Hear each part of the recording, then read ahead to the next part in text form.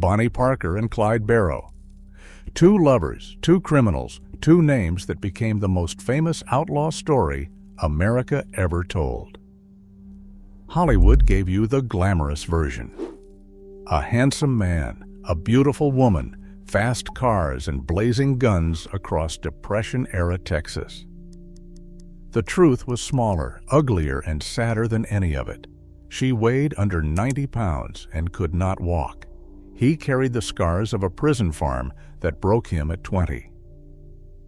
We are going to the court records, the coroner's report, and the people who were actually there. What was the single biggest lie Hollywood ever told about Bonnie and Clyde? Now, before we go any further, tap that subscribe button. And tell me down in the comments which lie you think is the biggest. Hold that thought, because by the end, you may change your mind. This is Depression-era Texas. A working man earns $2 a day if he can find the work. A gallon of gas costs 10 cents. The law stops cold at every state line. Let us start at the bottom and work our way up. Number 20.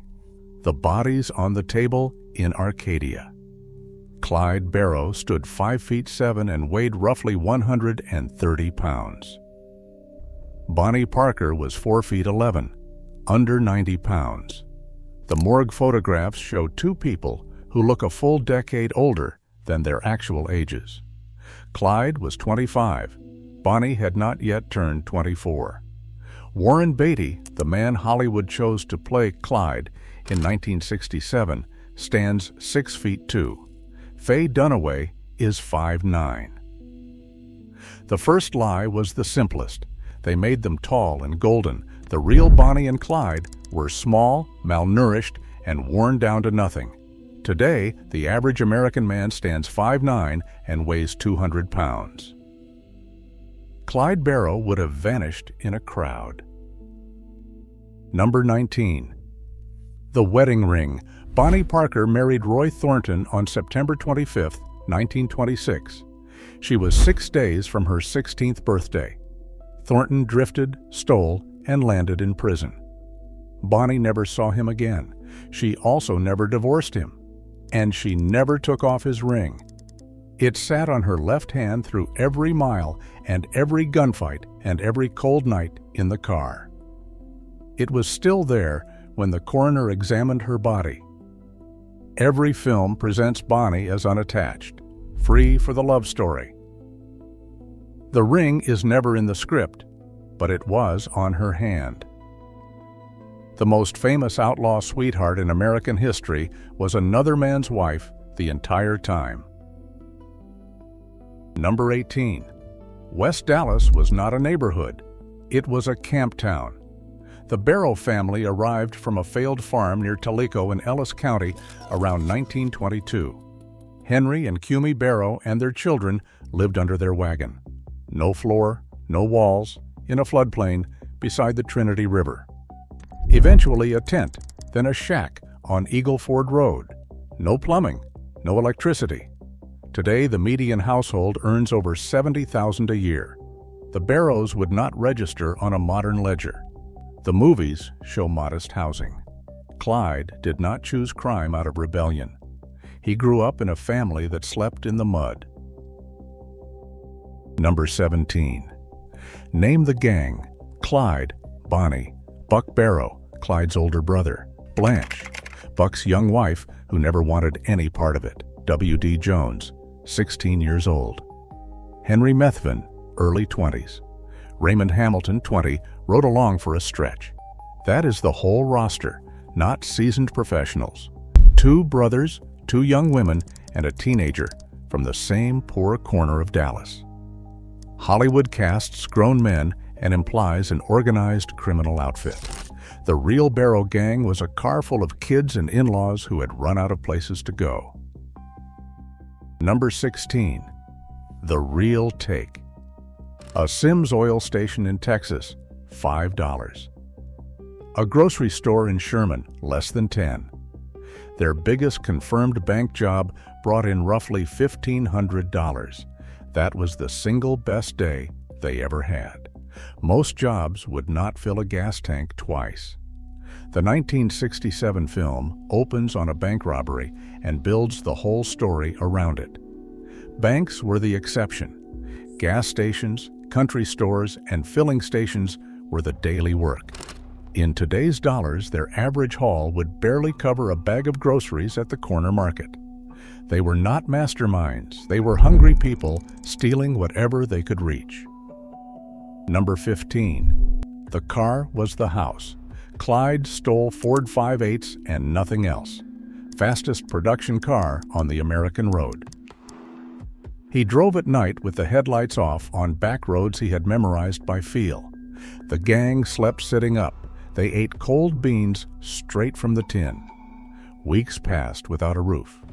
W.D. Jones described the grinding exhaustion, the smell of sweat and oil and food gone warm in the heat. Hollywood gives you motel rooms and sunny picnics by the river.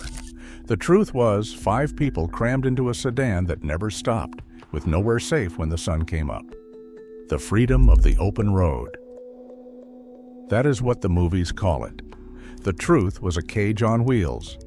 We are only at number 15. The lies get bigger from here. Number 14. There was a saxophone in the back seat. Clyde Barrow played guitar and saxophone. Family accounts confirm it. Jones confirmed it. Blanche confirmed it. When the running stopped for an hour, Clyde would park beside a river and play. A saxophone case riding next to a Browning automatic rifle. This is not a lie the movies told. It is a truth they threw away. They needed a killer on the screen, not a boy who played music by the water. Number 13. The most famous photograph of Bonnie Parker. A small woman with a cigar clenched in her teeth, 1 foot on the bumper, a pistol on her hip. It was taken at their apartment in Joplin, Missouri, in the spring of 1933. She was clowning for the camera. Nothing more.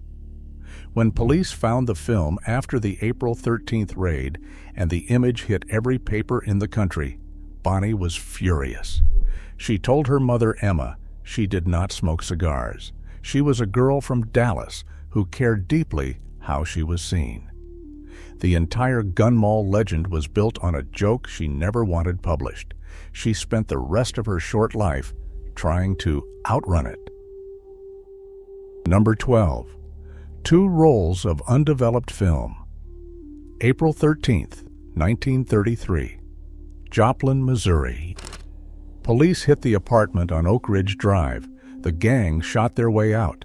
2 officers died that morning. Detective Harry McGinnis and Constable Wes Harriman. Left behind were the film rolls, poems in Bonnie's handwriting, and a personal journal. The photographs went out on the wire. Within days, every newspaper in the country was running them. Bonnie and Clyde were national celebrities before anyone checked the facts. The movies tell you their fame came from daring robberies. The truth is, it came from a handful of snapshots pulled from a drawer in a rented apartment. We are halfway through and we have not reached the worst of it. The lie you think is biggest. Hold it. We are not there yet. Number 11. Bonnie Parker was a writer, an honors student at Cement City School in Dallas, a girl who won a county spelling bee. She wrote poetry through the entire run, even as the road and the wounds wore her down. Her last poem, The Story of Bonnie and Clyde, was placed in her mother Emma's hands during a secret meeting on a back road weeks before the ambush. The final lines say she knows how it will end. Together and violently. She asks only to be buried side by side. Emma Parker had that poem in her pocket when word came from Louisiana. The girl they turned into a killer with a cigar was a poet who wrote her own death before it arrived. Number 10. Battery Acid, June 10, 1933, near Wellington, Collingsworth County, Texas. Clyde missed a bridge approach at speed and the car dropped into a dry riverbed. The battery cracked on impact. Sulfuric acid poured across Bonnie's right leg, burning through skin and muscle to the bone. Clyde and Jones pulled her out as the wreck caught fire. A farmer named Sam Pritchard took them in. The leg never healed. The flesh from knee to ankle was destroyed. She could not walk without being carried for the rest of her life. Today, a severe burn reaches a trauma center inside the hour. In 1933, there was nothing but a farmhouse. The films show Bonnie running and fighting. In real life, Clyde carried her. She was not choosing the road. She was trapped on it. Number 9. Christmas Day, 1932. William Daniel Jones, 16 years old, West Dallas. Clyde picked him up for a ride. That night in Temple, Texas, Clyde stole a car from a man named Doyle Johnson. Johnson came outside. Clyde shot him dead. Jones may have fired a round himself. He was never certain. A boy left his street for a car ride and was tied to a murder before sunrise. In his 1968 interview, Jones described months of terror. Sleeping in the back seat. Never sure if Clyde would turn on him next. He wanted to leave and believed Clyde would kill him if he tried. The movies cast the gang as willing volunteers on a great American adventure. Jones was a child who could not go home. Number 8. Count the Dead. The Barrow gang killed approximately 13 people in 2 years on the road. 9 of them wore a badge. Deputy Eugene Moore in Atoka, Oklahoma. Malcolm Davis in Dallas. McGinnis and Harriman in Joplin. Major Joe Crowson at Eastham. Constable Cal Campbell in Commerce, Oklahoma. The films give you bank heists and civilian terror. The truth is that Clyde Barrow waged a private war against the men who carried the law, against the system that had caged him above all. This was not a crime spree. It was a vendetta with a badge on the other end. We are close now. The truths left are the ones the movies worked hardest to bury. Number 7. The origin story Hollywood erased. Clyde Barrow entered Eastham Prison Farm in 1930. He was 20 years old, sentenced for stealing cars and small burglaries. Eastham was a forced labor cotton farm, notorious even by the standards of the Texas system. A building tender named Ed Crowder, a trustee who kept order for the guards, sexually assaulted him. Not once. Again and again. Clyde killed Crowder or had another inmate do it. That was his first time taking a human life. Then in January of 1932, desperate to escape the work detail, he placed his foot on a log and had a fellow prisoner swing an axe through 2 of his toes. He limped for the rest of his life. He was paroled the following month. The boy who went in did not come out. Today, there are over 1.2 million people in American state prisons. Eastham still operates as a unit in the Texas system. No major film has ever shown what happened to Clyde Barrow inside those walls. The 1967 picture skips it entirely. The 2019 Netflix picture mentions it in one line. They showed you the blade but erased the forge. The state of Texas built a killer out of a car thief and then hired a man to destroy what it had made.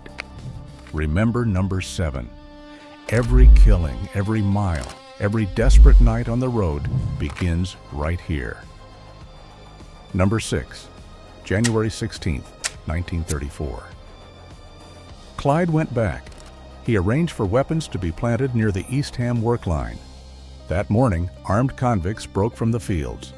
Raymond Hamilton, Joe Palmer, and others made the trees. Guard Major Joe Crowson was shot and killed, most accounts say by Palmer. Lee Simmons, head of the Texas prison system, was so enraged he hired retired Ranger Frank Hamer the next month with one purpose: find the Barrow gang, end them. The films frame Clyde as a robber who happened to be running. The Eastham break shows the real man. He drove back to the place that destroyed him and tore it apart from the outside. This was not about money. It was about what those walls had done. Number 5. July of 1933. 2 disasters in 5 days. At the Red Crown Tourist Court near Platte City, Missouri, police stormed the gang's cabins. Buck Barrow took a bullet through the left temple. Blanche caught glass from the shattered windows in both eyes. 5 days later, at Dexfield Park near Dexter, Iowa, a posse found them in the trees. Buck was shot again. He was captured with his skull open. He survived 6 days in a hospital in Perry, Iowa. He was 30. Blanche, barely able to see, was taken beside him. She had just turned 22. She served 6 years in Missouri and outlived every one of them, dying in 1988, half blind in a cornfield, holding her husband's hand while he died. The movies make this a footnote. It was not a footnote. It was a life. Number 4. Bonnie Parker almost certainly never fired a shot. W.D. Jones said it plainly in 1968. During the months he rode with the gang, Bonnie did not fire a weapon in any confrontation. She loaded magazines. She passed ammunition. But Jones never once saw her shoot at a living person. No other surviving account contradicts him. The pistol in the Joplin photograph was a prop. The cigar was borrowed. The image was fiction from the first frame. Both major films show Bonnie blazing away with a gun in each hand. The most famous female outlaw in American history probably never pulled a trigger. One last truth to go, and I told you at the start, the biggest lie may not be the one you expect. Number 3. A truck on the road. Henry Methvin joined the gang after the Eastham break. His father, Iverson Methvin, lived near Sales in Bienville Parish, Louisiana. In May of 1934, Iverson made a deal. Through Sheriff Henderson Jordan of Bienville Parish, and with Frank Hamer's full knowledge, the terms were simple. Set the trap, deliver Bonnie and Clyde, and his son walks free. On the morning of May 23rd, Iverson's truck sat on the Sales Road with a wheel removed. A reason for Clyde to slow the car. Henry had been separated from Bonnie and Clyde the night before, likely by his own father's hand. The movies say Hamer tracked them through grit and cunning alone over 100 days. The truth is that a father traded 2 lives for his son's freedom. The closest person to them at the end was the Beatty. Number 2. Frank Hamer was not a hero. Simmons hired him on February 10, 1934, 1 month after the Eastham break. The job was plain: find them, kill them. Hamer was a retired Texas Ranger with a reputation for hard methods. He spent 102 days mapping their movements and learning their roads. Patient and thorough, but the job was never to bring them back alive. Ted Hinton, one of the 6 men who fired that morning, wrote that there was never a real discussion of surrender. The 2019 Netflix film gave Hamer a noble conscience. A reluctant hero called back to duty, the record shows a professional tracker hired by the system Clyde had humiliated. He was not reluctant. He walked in with purpose. Number 1. The ambush was an execution. May 23, 1934. Roughly 9:15 in the morning. A dirt road outside Sales, Bienville Parish, Louisiana.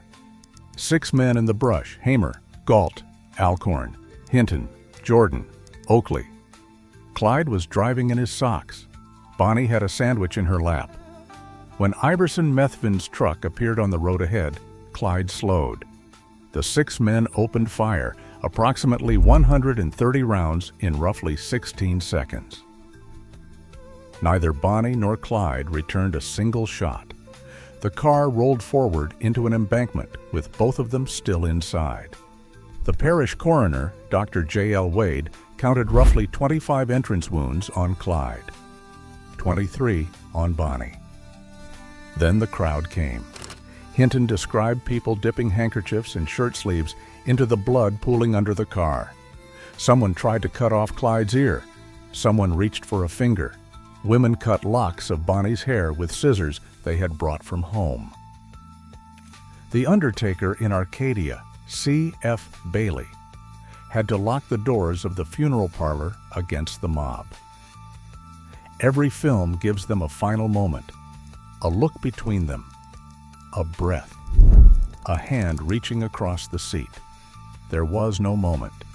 There was gunfire, and then there was a crowd with scissors. The count is done. Now let us talk about what is true.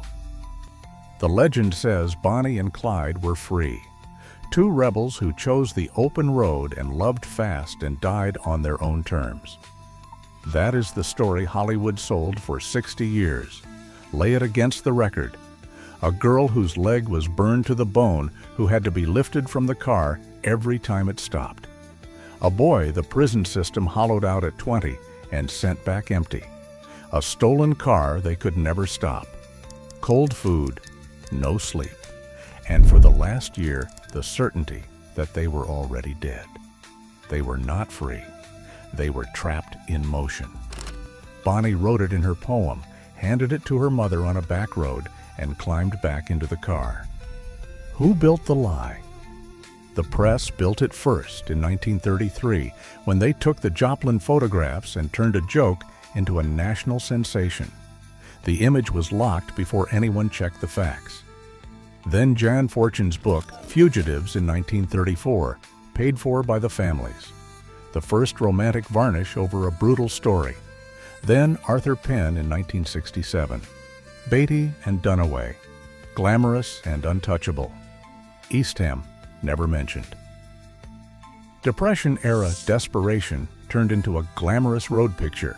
Then Netflix in 2019, giving Hamer a conscience he never earned. Each version moved the story further from the truth and closer to the one America preferred. So here is my answer. The biggest lie. Hollywood told about Bonnie and Clyde was not number one. It was not the ambush, brutal as that lie is. It was number 7, Eastham. Because if you erase what the Texas prison system did to a 20-year-old car thief, the labor, the assault, the boy who had his own toes cut off to get free of the work line, you erase the reason any of it happened. Hollywood gave you two beautiful rebels who chose freedom over everything. The truth was two filthy, exhausted, terrified kids from West Dallas who never had a choice worth the name. Somewhere on a Louisiana road, a girl of 23 with a ruined leg and a poem in her mother's pocket sat beside a boy who had not been whole since he was 20. The last thing she was holding was not a gun, it was a sandwich. Which truth hit you hardest? Tell me below. And if you want the real story behind another legend Hollywood got wrong, the next one is waiting for you right now.